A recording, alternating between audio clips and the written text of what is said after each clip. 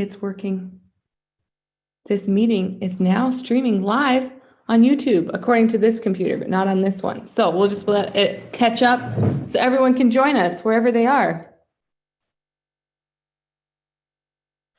We did it. Awesome. All right, so welcome to the kickoff of the 11th Annual Unglued Craft Fest. I'm Christina. I'll be teaching you guys cross stitch tonight. And Amanda Butler is on here as well, and she'll be doing a cocktail in just a little bit. But before we dive in, I'm going to give you guys some hot tech tips for the night. So if you haven't been on a YouTube video with us before, these are some great tips for you. So if you are in the Zoom app, like you are because you're watching me, in the upper right-hand corner, there are some little drop downs that happen. There's a gallery view, full screen view, speaker view. You can switch between those so that you can either see me or whoever is talking to you, or you can see everybody who's hanging out with us here tonight. And in the bottom left-hand side of your screen, there's a little microphone, and that is where you can mute or unmute yourself. If you have any questions, feel free to unmute yourself or drop them down in the chat. So in the middle of your screen, there's a little chat bubble, and you can type a question in the chat if you have one. And since we're all here, if you want to introduce yourself, say where you are and what you're looking forward to cross-stitching tonight, in the chat we can all introduce ourselves and practice using that.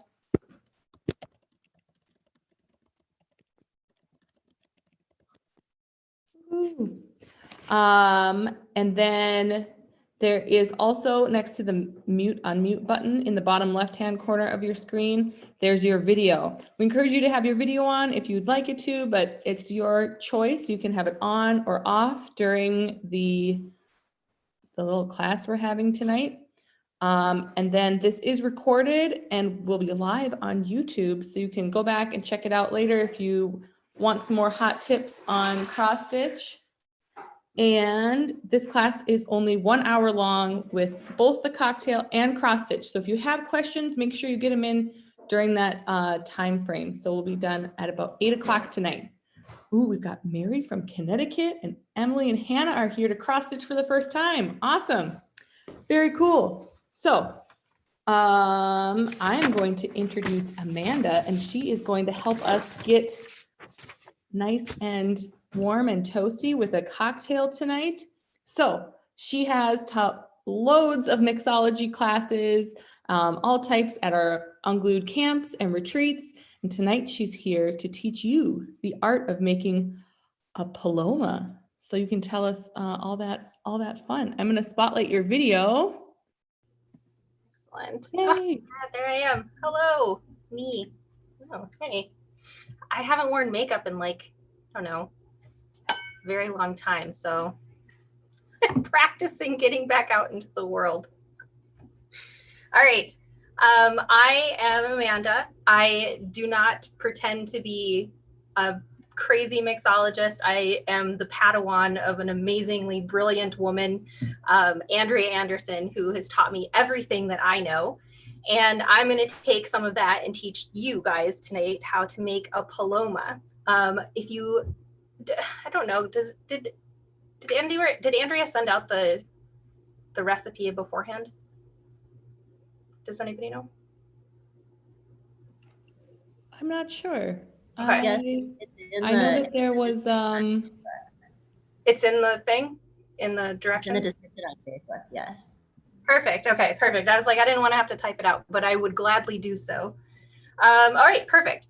So the Paloma, if you're not familiar with it, is actually just kind of similar to let's see, a margarita or a, my God, not salty dog, but a greyhound. There we go. They're actually very similar kind of cocktails, just all very simple, very easy to do. This version of a Paloma actually has a little bit, you notice in there, she has you include a little bit of simple syrup or just some sweetness. In a regular Paloma recipe that you would kind of find anywhere, they actually don't call for any sweeteners because the Paloma itself actually is sweetened with the sparkling water, right? So it's usually sweetened through an Italian soda, and the Italian soda has its own sweetener in it, so you wouldn't have to sweeten it. But since we're using fresh juice or whatever you have on hand, we're kind of making our own Italian soda with sweetener of your choice and sparkling water, all right? So let's get started. I felt like tonight was a chalice night. I don't know, it just felt right. I don't know, it's a Friday night, chalice-y, I guess. So grab whatever glass you're gonna use, and we're gonna salt the rim. You don't have to salt the rim. I'm usually not a salt rim kind of lady, but I usually, Andrea has now coaxed me into doing half rims. So a little salt, a little none, kind of best of both worlds. But what you're gonna wanna do is you're gonna take your extra grapefruit that you had for your beautiful garnish. Oh, yay, there it is, yay. Take your grapefruit that you had for garnish, take a little butt end and just kind of rub the rim. And that's gonna get the rim wet so that the salt will have something to stick to. And I just grabbed whatever you have around, just pour some salt or coarse salt. I know the recipe calls for sea salt, just whatever coarse salt you have. Pour it on the plate, and then you're just gonna, that's the easiest way. And you have this beautiful salted rim, right?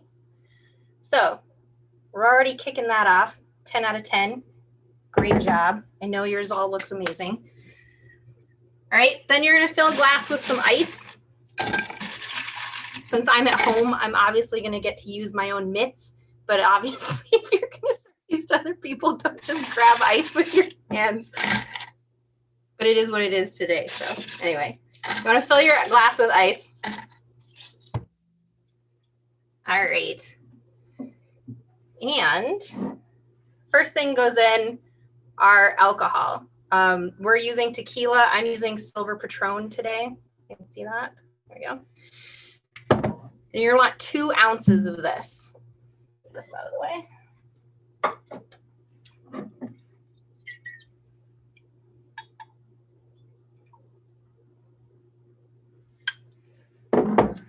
All right, this is like 2 ounces and a smidge, but you know, again, it's Friday during a pandemic, so it is what it is. All right, tequila's in there. Next, you're gonna have some fresh grapefruit juice. So before class, I actually was lucky enough and had my mom bring me back a bunch of grapefruit from Arizona yesterday. So I just juiced a fresh grapefruit. You can use whatever you have on hand. If you just have bought grapefruit juice, that's gonna have a little added sweetener in it. So you might wanna add less syrup or agave sweetener to your cocktail if that's what you ended up using. And if any of you don't have grapefruit juice, you should just type out, let me know, and I can tell you a great stand-in for just making a margarita, a fresh margarita, if you have lemons and limes, right? Which is my favorite go-to beverage on a Friday. All right, so we're gonna want 2 ounces of fresh grapefruit juice.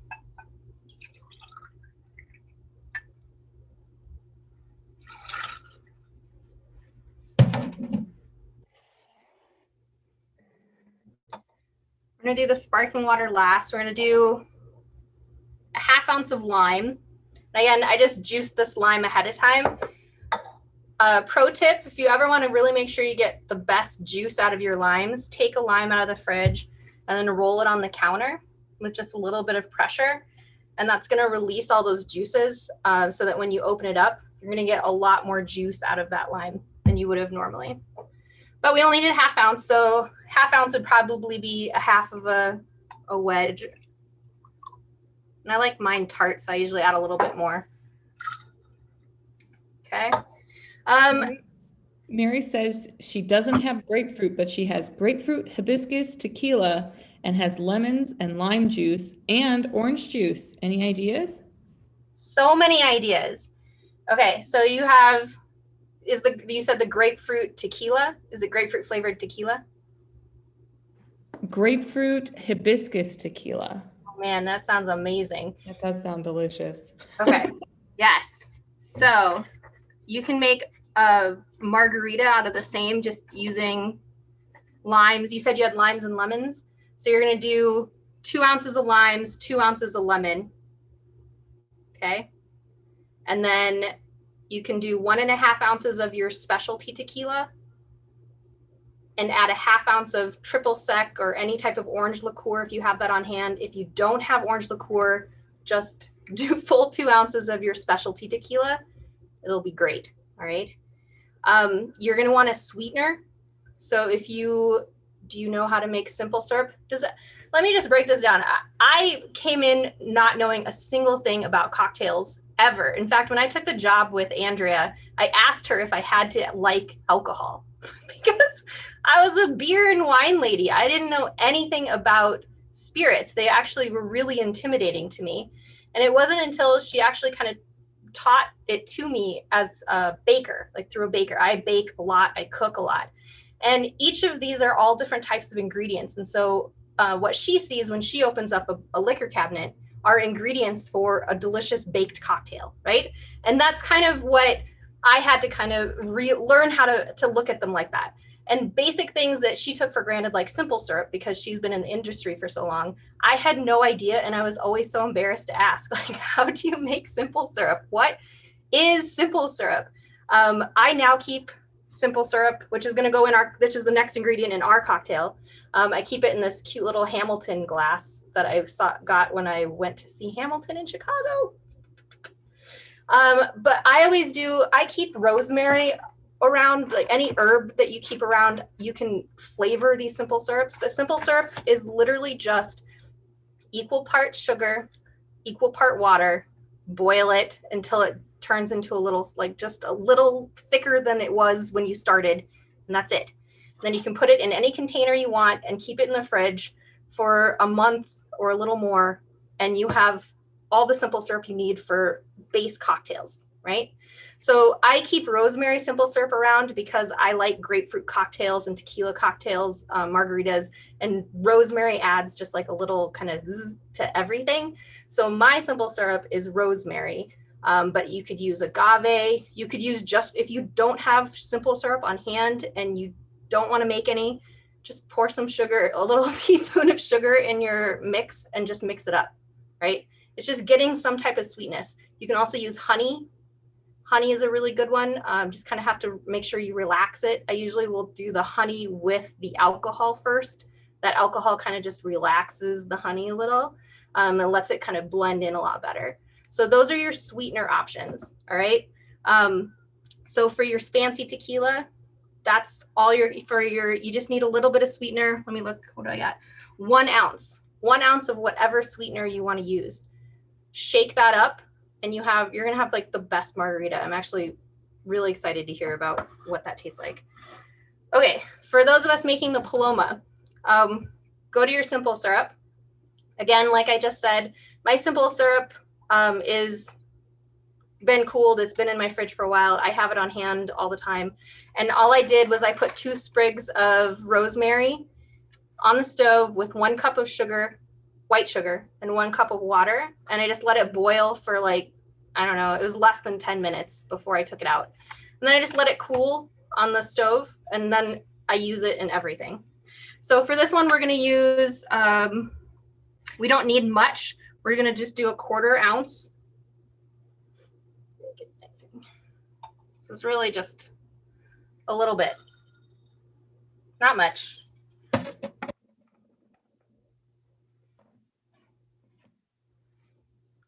right, the last ingredient is our sparkling water. I just had LaCroix. I was trying to look for the grapefruit LaCroix just to keep it with the theme. They were all out, so I used lime since that's another ingredient in here, but any citrus flavor, any sparkling water will work. And you're just going to use, it says 2 ounces. Oh God. Clearly make sure it's not shaken before you open it. So we're just going to top it off with 2 ounces, a little bit extra. And this just gives it that extra little bubbles and makes it a little lighter. So without it, without the sparkling water, you're going to get more of a denser kind of cocktail. Like I said, these types of, all of the ingredients we use tonight will go with literally any combination of drink, just in different quantities. So for garnish, that's something Andrea always taught me. Garnish, since my simple syrup was rosemary, I'm going to garnish with a little sprig of rosemary. And then I'm going to go back over here to my grapefruit, and I cut a little slice here. And you're just going to cut along the edge and place it up there. So there is this beautiful Paloma cocktail. Beautiful. It looks so tasty. Oh yeah, that's good. I'm going to give it a stir.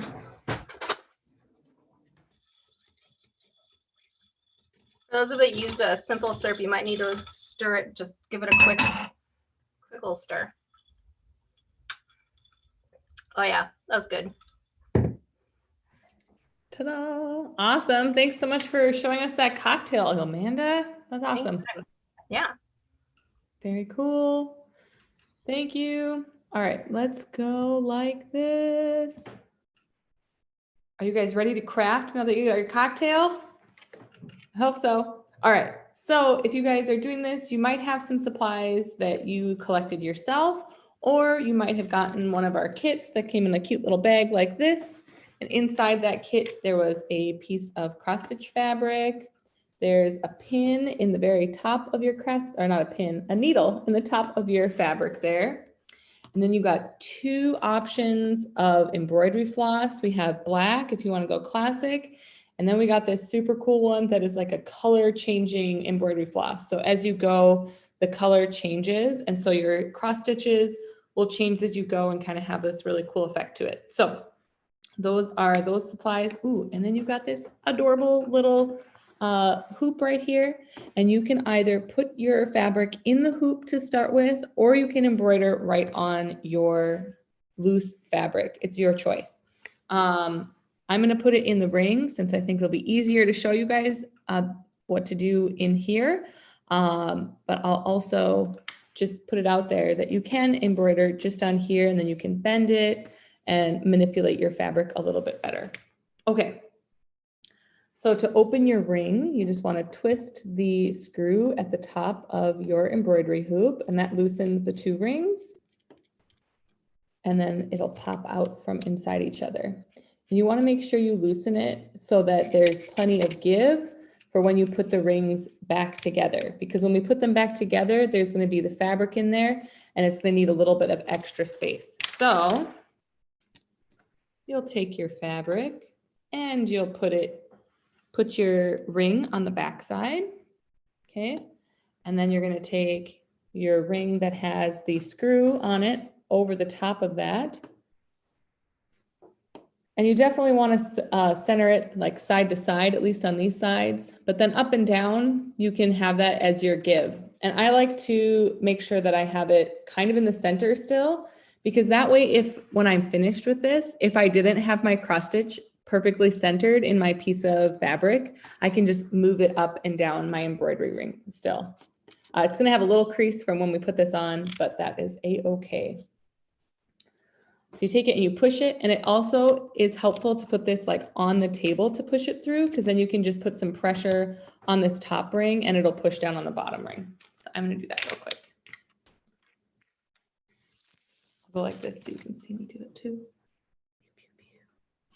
So I just have it there.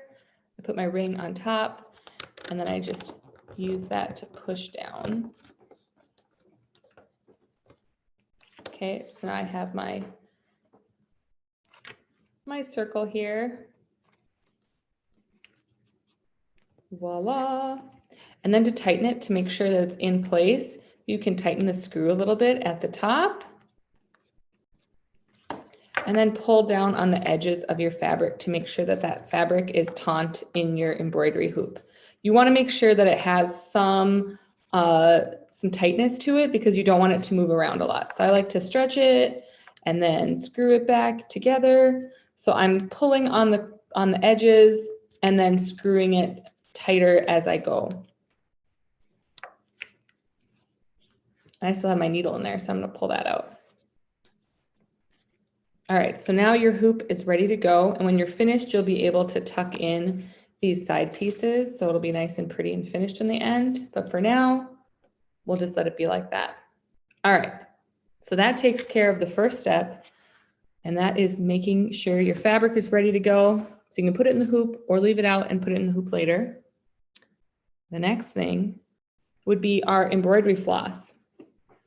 So embroidery floss comes in multiple strands. So this piece of thread here, we don't want to use the whole thing. Otherwise, our embroidery is going to stick up a lot and be a lot more cumbersome to pull through. So we actually just want one piece. And I like to suggest working with an arm's length or double arm's length. So you can either go from your hand, like hold the end of your string in your hand and put it to the middle of your chest, and that's arm's length. Because then when you're pulling your thing through, right, you only have an arm's length. If you want to go crazy, you can do double arm's length, but I wouldn't do anything more than that. So I'm going to do arm's length. And I'm going to use the rainbow thread because I think it's going to be really fun to work with. And you can see on your thread, it goes green, purple, blue, green, all in this one piece I'm going to be working with. All right, so now that I have my threads, you'll see on the end here that there are multiple threads within, right? So I've got all these little threads here, and I just want one of them. So I'm going to find one thread. I'm going to separate it from all of its friends.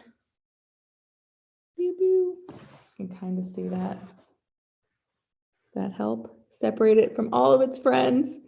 Okay, and then I'm going to pull that one thread out. So I did an arm's length, and now I'm separating one piece of thread from my arm's length of embroidery floss.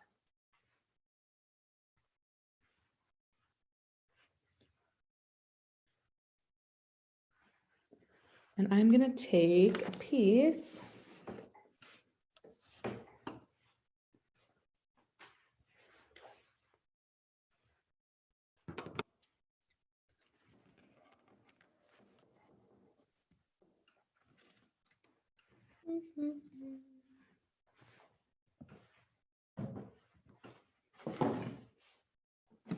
I had a big needle next to me to show you guys this up close and personal, but now, where did it go?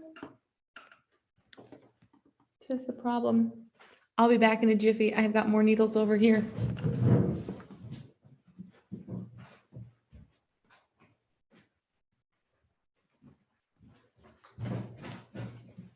Et voila, I've got a big old needle so you guys can see what I'm doing. All right, awesome. So we've got our piece of thread. I'm going to use some yarn so you guys can see this a little better. I'm actually going to take this 2-ply yarn and make it a 1-ply. It's going to be great. Same thing. All right, so for this, you can thread your needle just like you normally would thread your needle, or you can do this really fabulous technique where you take the 2 ends of your yarn. So you've got a loop on one end and our 2 ends right here. Put them together and you're going to put both of those ends through the eye of your needle. So I've got one strand and I'm taking both ends through the eye of my needle.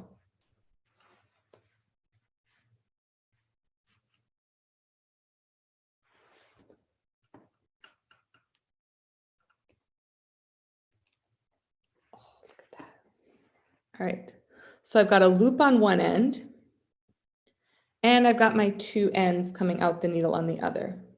I'm going to pull this so that I have kind of a shorter loop on one end and I've got my tails on the other. So it looks something like that. Everyone have their string on their yarn or their yarn, ha ha ha. Their embroidery floss on their needle. And if you need a little extra help getting it on, you can always like lick it. That's the trick my mom used to always do as a kid, and I always thought it was like so gross, but it's very, very practical.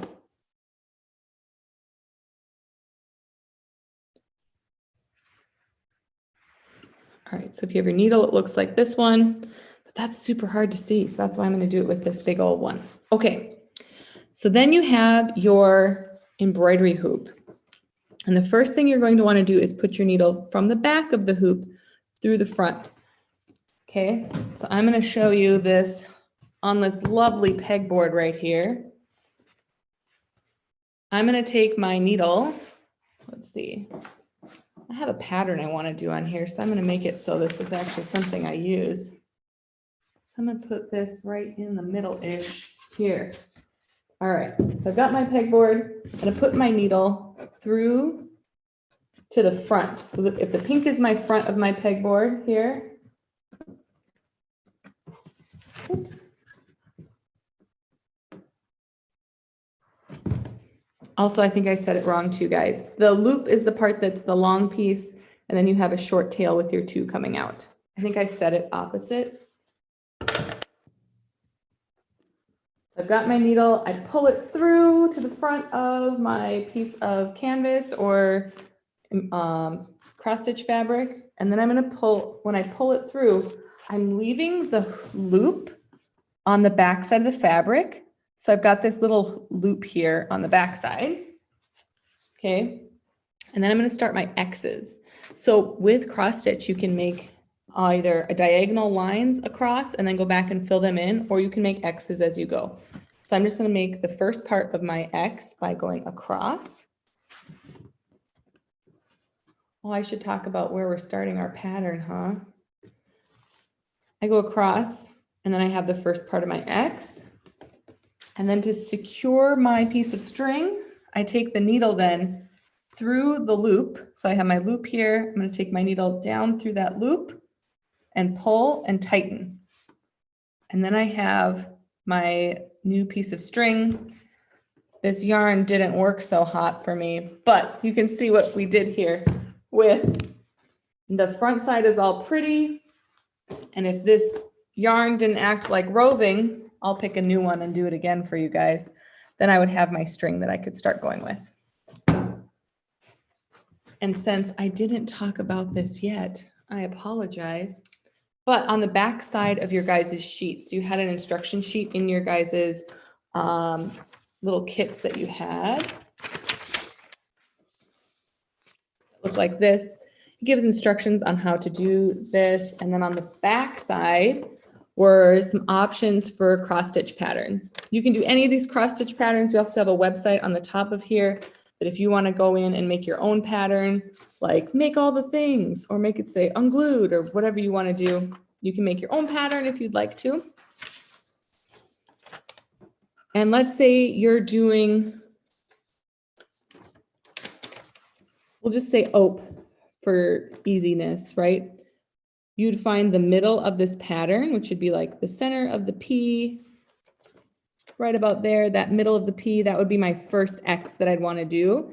And then I'd move out from there. That way, when I'm working on my piece, I can try and start towards the center of my hoop as best as I can.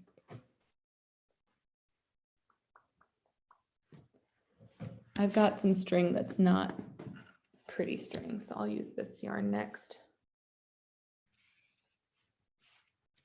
And then you guys can see it a little bit better. All right, so I've got my arm's length of yarn. I've got the two ends here. I put the two ends through the eye of my needle.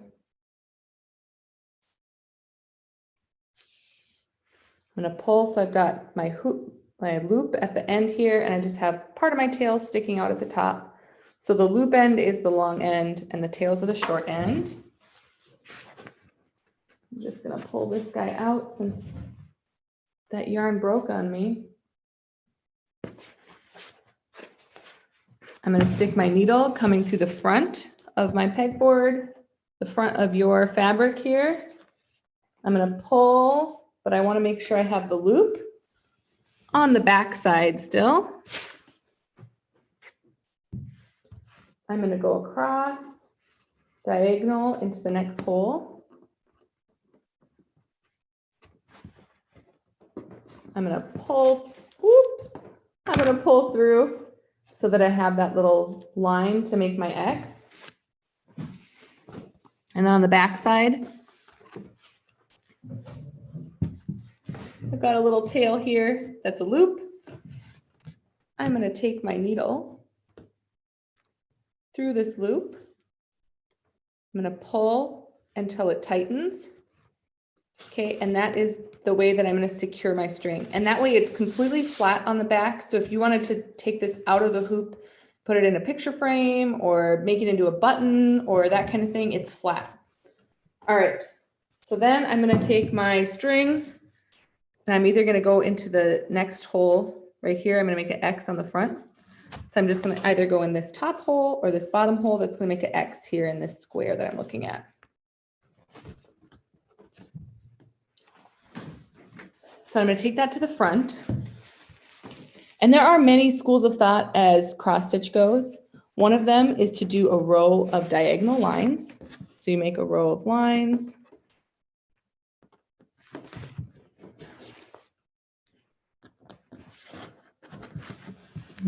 And then you come back and finish your cross going the other direction.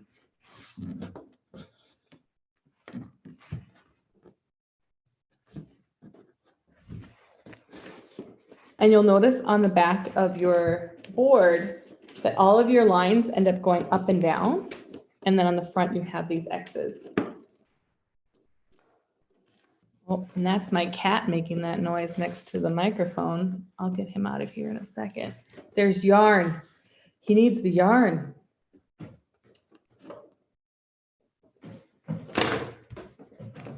Winston. This is my fluffy kitty right here. Hi, fluffy kitty.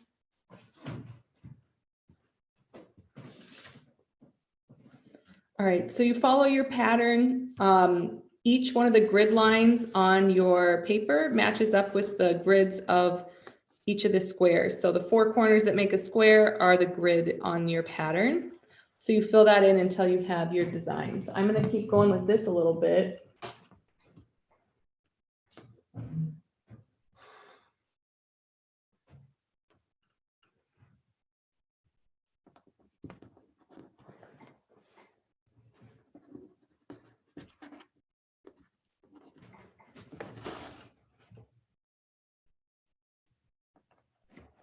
Ooh, the other thing to talk about is a lot of time with cross stitch, you want your lines to be going the same. So all of my lines running diagonally this direction are all underneath, and all my lines going this direction are over on my cross stitches.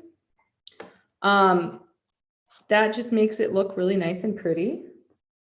But if you don't have it like that, that's fine, no problem, okay?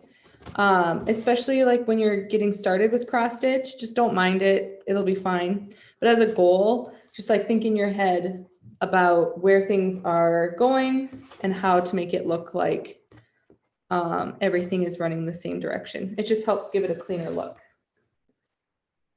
But especially when you're starting off, don't worry about it. It's going to look cool in the end, no matter what.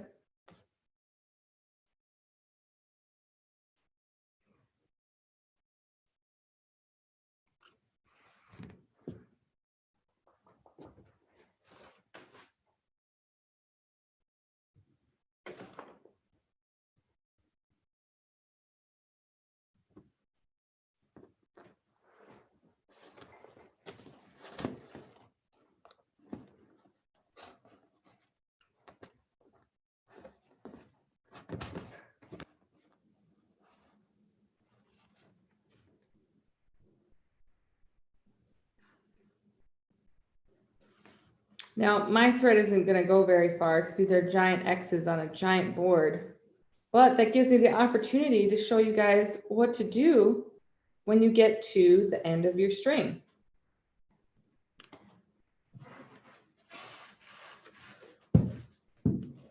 So this is the back side of my board here. This would be the back side of your guys' fabric. When you guys get to the end and you feel like I can't really go much further comfortably, back and forth with my embroidery floss, I need a new piece of string. You don't have to tie a knot. All you have to do is stick your needle through a few of your strings. So I have like X here and I have a couple lines here and my string ends right here. I can just take my needle and it doesn't matter if I go down or across, whichever way. You just want to make sure it's under at least 2 lines of string that you've done before. So 2 stitches on your cross stitch board, or I keep saying board because I'm looking at a board, but you guys are cross stitching on fabric like normal people. So you'll just want to make sure it's going through at least 2. So for example, if I go through this X and this line right there, that would be 2. Or I can go through this direction on this one, and then I can pull through this direction on this one. And then when you pull, you'll just pull your string and it'll come right off your needle. So now I have these tails, but those tails are secured under at least 2 stitches and they're gonna stay there and be nice and pretty. I suggest snipping these off. They don't have to be snipped like right up against your stitch that you tuck them underneath. I just like to cut them so that when I'm continuing to cross stitch, I'm not going to catch one of these tails and pull it through the front, because then I'll have these little tails sticking through the front of my piece. So I just like to cut them so they're not in the way per se. So I would cut them like that. So I just have these little tails sticking out.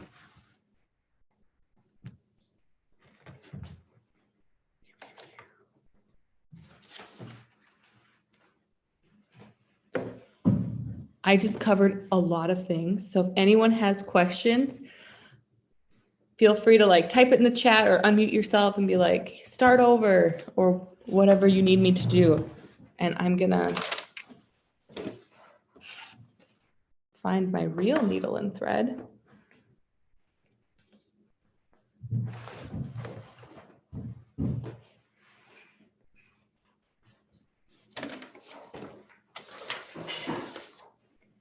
And you probably won't finish your entire cross stitch during this class time unless you picked ope, because that one's nice and short, because we only have an hour tonight.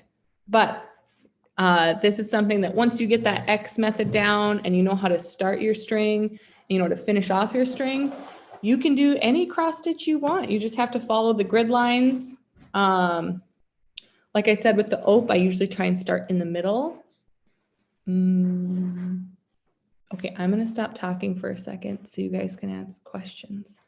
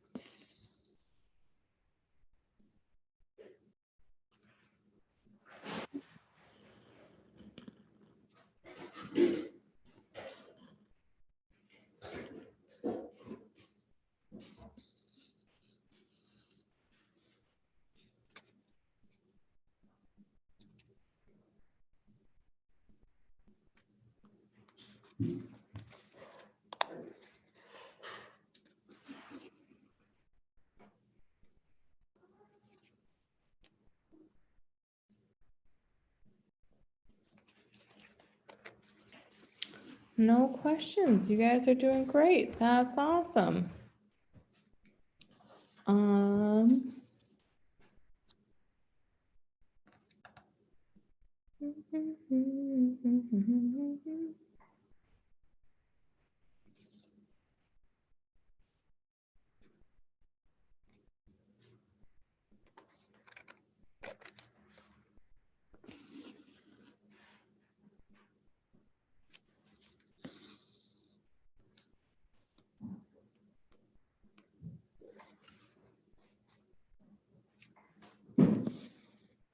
So when you guys are embroidering in a hoop, you kind of have to go up, down, right? There are some pieces I like doing in a hoop. I usually like doing bigger pieces in a hoop so that I don't like catch part of what I'm doing on another piece of the project. But oftentimes, I'm going to take this out of the hoop. I'm going to break the rules of cross stitch. I guess this isn't really a rule, but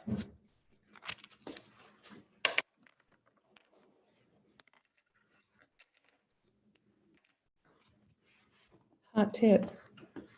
All right, let's see which part of my pattern I'm on right now.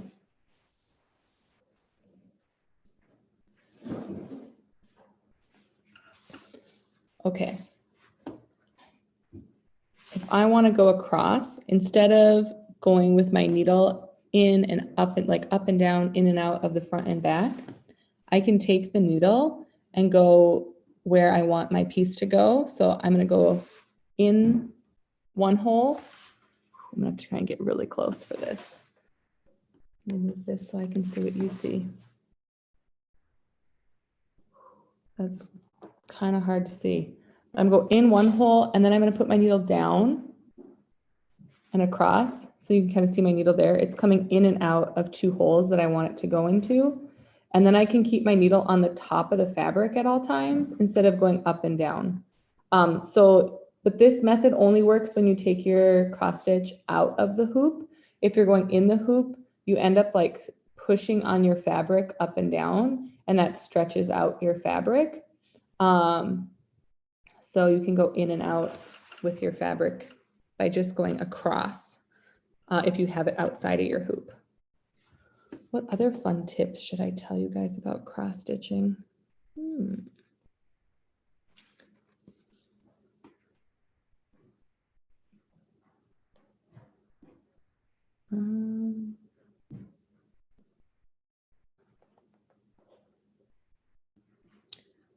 If you guys do stretch your piece of fabric out, if you have a spray bottle or a damp washcloth, you can use that to try and get it to like go back to its original shape and size. So you can kind of like just take the damp washcloth on the back side is what I like to use it on, and just kind of like press it on there. I rarely have a spray bottle around, but if you have a spray bottle because you're on top of life and spray your plants instead of watering them on the bottom, you probably got a spray bottle and you can just give it a little spray and that helps tighten things up. So if you have something that's loose, you can tighten it up. And that trick also works on canvases. So if you've got a little like canvas that you've painted on and it's kind of gotten stretched out, just spray it and there you go. What is the best way to move down to the next row? So to move from row to row, you just want to make sure you're doing your movement on the back side of the fabric. So that is where all of your like trails per se would be. So let's see, I will make an X here and then I'll move to another row.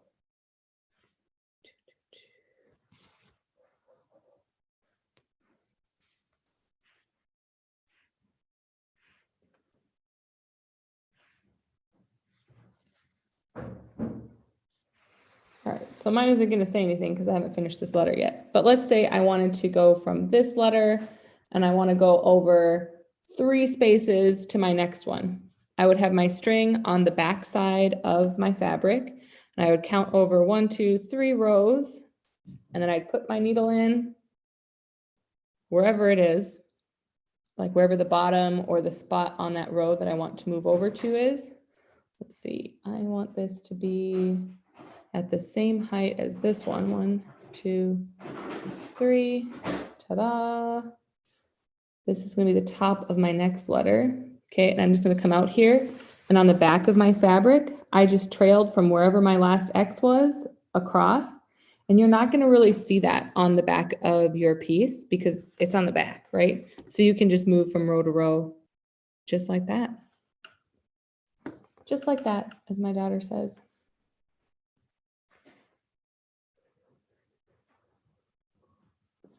And you know what's funny? I'm looking at this backwards in the camera and I made the letter go the wrong way. That's hilarious. I'm gonna take that stitch out. Otherwise I'd have my letters, my words going backwards. Oh, good times. I think it's to the forward facing for you guys because it mirrors itself, but on my side, it's backwards. Okay. 1, 2, 3.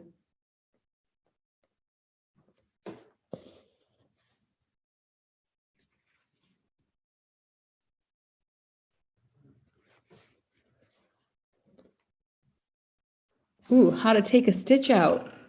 Yeah. You got it. Okay, so wherever your string came from, so I just started a new one here.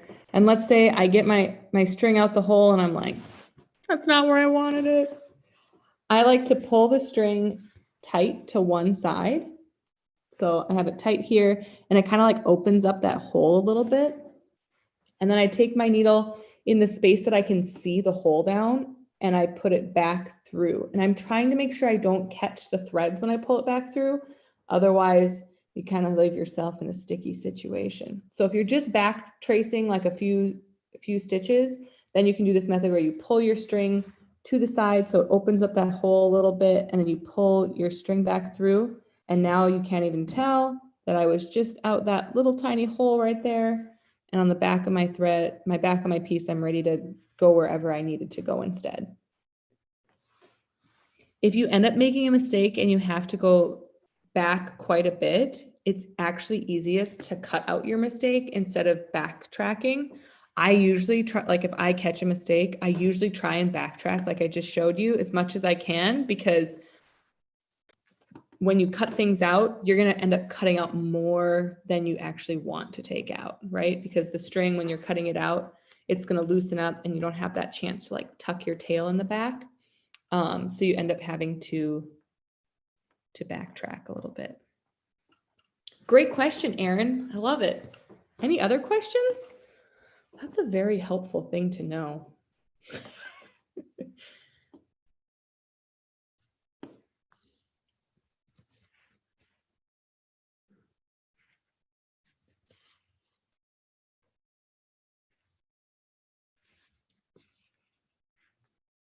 We've got about 10 minutes left of class, so if you do think of a question, definitely throw it out there.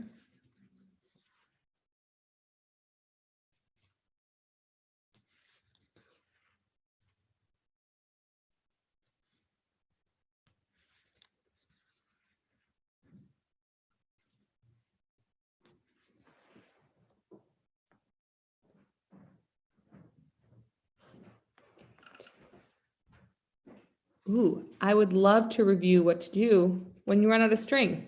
Yes. Let me, 1, 2, 3, 4, 5, 6, 7, 8. All right. Let's say I don't have all of this string left right here, and I just have a little tail. Okay. I want to make sure I get the tail of the string to the back side of my piece as best as I can. So I'm going to push this through. So it's on the back of my piece now. And on the back of your piece, it probably looks like this. You've got like a bunch of little lines in a row. You're going to take your tail, whatever length that tail is. This technique also works. Let's say you're switching colors and you have a bunch of thread like I have right now. This is the same technique you'd use. So you take your needle and you're going to put it under just a couple of these stitches. So I have these little stitches right here. I'm going to go in this row right here though. So I'm going to take my needle and I'm just going to put it through at least 2. The more stitches you put it through, the more secure it's going to be. I'm just going to like actually see it from this side. Otherwise I can't do this very well, but I'll show you before I do anything drastic here. All right, so I've got my needle and I just tucked it underneath a few of those stitches. And like I said, you want to do at least 2 of the stitches that you're tucking your needle under, but you can do as many as you'd like. And you put it underneath there. And then when you pull, you're just pulling your needle out so that the tail of the needle comes through. Okay, and then once your tail comes up to where that, like your last stitch came out, you'll have your little bit of tail hanging out from where you tucked it underneath those stitches, and you just take a little scissor and trim that. So you want to cut that so it's nice and short so it doesn't get caught in the rest of your stitches. and then you start it all over, just like the beginning.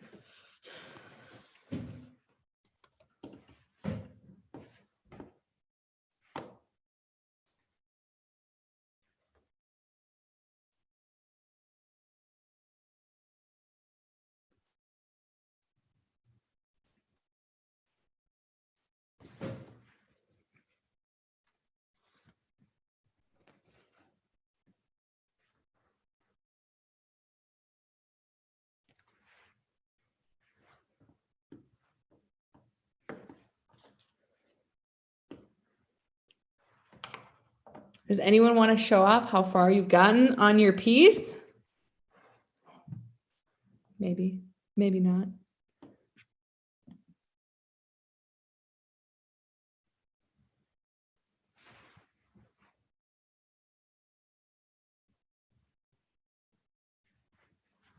And then once you are finished with your piece, you can either put it back, if you took it out, you can put it back in your hoop, or you can put it in a frame, because using this technique where we pull our thread through and we start with the loop at the end of each of our threads when we start, it's nice and flat, so you're able to frame it. So here's an example from third daughter, Restless Daughter, that is going to be at the fest this weekend. So if you want to check out some of her cross stitch things, now that you know how fun it is, she sells kits, and she also sells, I said saying she, but it's two, it's sisters. They both sell things, but they do some really awesome stuff like so. Erin's got hers. Yeah. So you can get ones that are framed like this, and when they're framed and they're flat on the back like we just did, you can put them in a frame, either glass or plastic, and they won't like buckle or stick out at all. So voila. Any secrets to tucking the fabric into the back of the hoop when you're all done? Yes, great question. Okay, so let's say this is finished. I'm just gonna stick it down in my hoop and pretend it is. I showed you guys earlier how to put it on. So putting on your circle on the back and then pressing down from the top. So this is the top, I think. Yep.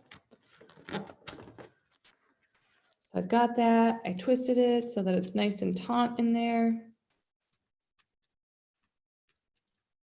So if you've got your piece and you've got all of this stuff sticking out the edges, I like to take it and I fold it in on the back side. So I take these edges and I'm going to fold them down as best as possible. And then I take a piece of string in my needle. So I'm just going to like use the string that's in my needle right now. But I would tie a knot or do the same technique that we did to start this. And I just go around and I stitch together these little pieces around the edge. And then at the very end, if you want it to look like super finished, I trace this. And if you want to, you can trace like the inner circle or the outer circle of this piece here. I think I have a real example in the other room. Let me grab it.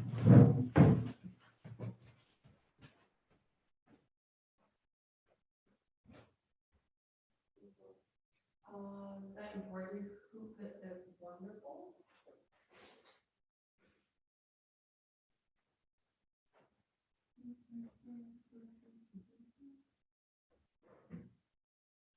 On the wall. There it is.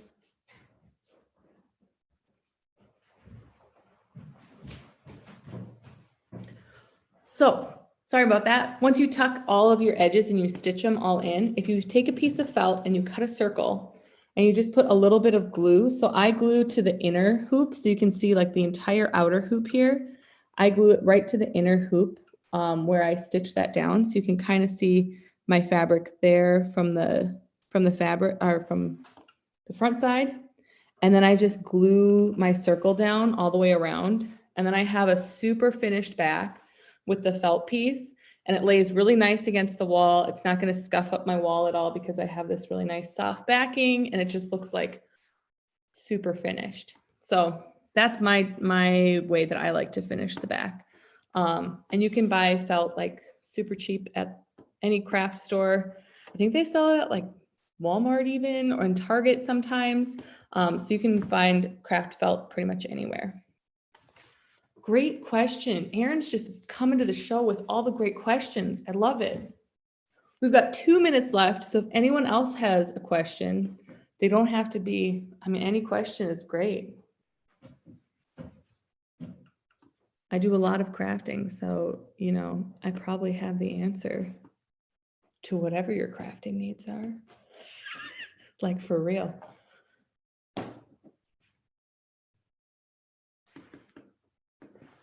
Awesome. Okay, definitely type it in if you have more questions, but just letting you guys know that this video will be available immediately on YouTube after this, and we'll also have a Zoom link that we can send out to you if you can't find it. But thanks so much for joining us to kick off our 11th annual Unglued Craft Fest with cocktails and cross stitch tonight. It's pretty fun to see people already starting to enjoy the fun with us. And if you'd like to share what you made, let's see. I'm pretty sure there's a hashtag or something fun that I actually put on my sheet to tell you. Pow, pow, pow. Well, you should tag us in your post regardless. So at Unglued or at Unglued Craft Fest if you're on social media, and let us know how it turned out, because we'd love to see your fabulous rainbow cross stitches or black or whatever colors you have at home. Awesome.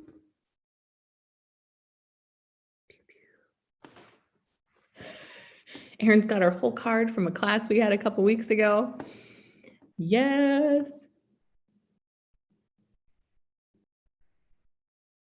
Very cool. Well, it's 8 o'clock. Thanks so much, guys. I hope you have a wonderful evening, and we'll see you tomorrow at West Acres for the 11th annual Unglued Craft Fest. And if you don't want to shop in person or don't feel comfortable, we also have a whole bunch of our makers doing our virtual market Sunday. You can check out that whole list of makers. There's incredible people on there making some really crafty stuff. So definitely go check it out either in person or online on Sunday. So thanks so much for joining us, and have a wonderful evening. Goodbye, everybody.